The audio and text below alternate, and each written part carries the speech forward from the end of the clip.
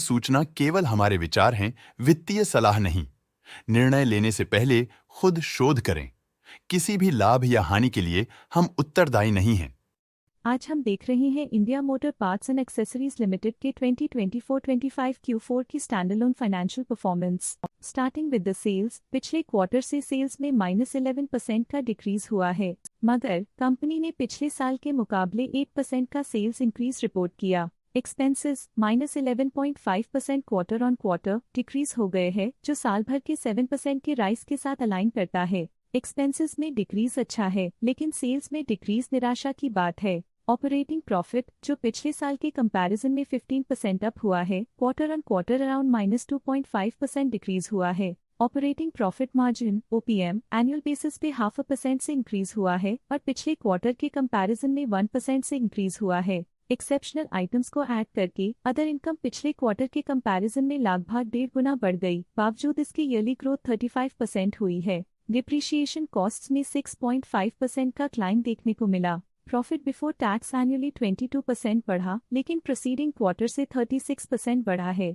इस साल कंपनी ने 19.5% टैक्स पे किया और क्वार्टरली कंपनी ने 18% टैक्स पे किया है। नेट प्रॉफिट ने ईयर ऑन ईयर 24% का इंक्रीज दिखाया, लेकिन लास्ट क्वार्टर से 47% का इंक्रीज हुआ है। इस क्वार्टर में कंपनी का परफॉर्मेंस काफी अच्छा रहा। वहीं अगर एनुअल एनालिसिस की बात करें तो इस साल कंपनी का परफॉर्मेंस अच्छा रहा। अर्निंग्स पर शेयर EPS में साल भर में 3.5% का इंक्रीज देखा गया, लेकिन क्वार्टरली में 47% की बढ़ोतरी भी नजर आई। इस क्वार्टर में कंपनी का EPS काफी अच्छा रहा।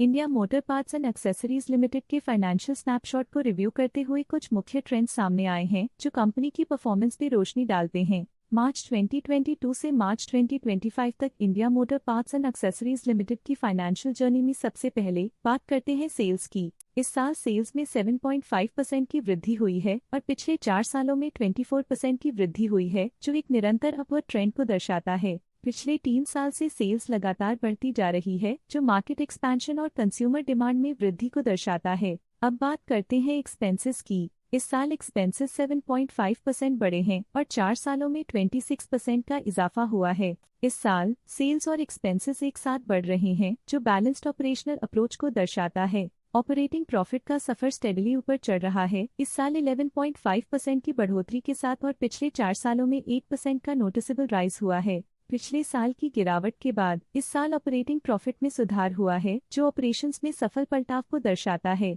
नेट प्रॉफिट का सफर ऊपर की ओर चल पड़ा है, इस साल 14.5% की चढ़ाई के साथ पिछले 4 सालों में 46% की शानदार वृद्धि हुई है। पिछले साल की सेटबैक के बाद नेट प्रॉफिट में सुधार हुआ है, जो मार्केट ऑपरेशंस में संभव रिकवरी और अडेप्टेबिलिटी को दर्शाता है। इस साल EPS ने ऊंचाइयों को छुआ है 14.5% की वृद्धि के साथ, जो पिछले 4 सालों में 46% की मजबूत वृद्धि पर आधारित है। पिछले साल की गिरावट के बाद इस साल EPS में वापसी हुई है, जो एक सफल फाइनेंशियल टर्नअराउंड को दर्शाता है। चलिए अब बात करते हैं शेयर होल्डिंग पैटर्न की शेयर होल्डिंग रिपोर्ट्स कुछ इस प्रकार की हैं, जो कि तक चलता है। ये रिपोर्ट कंपनी के शेयर्स की डिटेल्ड जानकारी देता है, जिसमें promoters, promoter groups, foreign investors, public investors और सरकारी एंटिटीज शामिल हैं।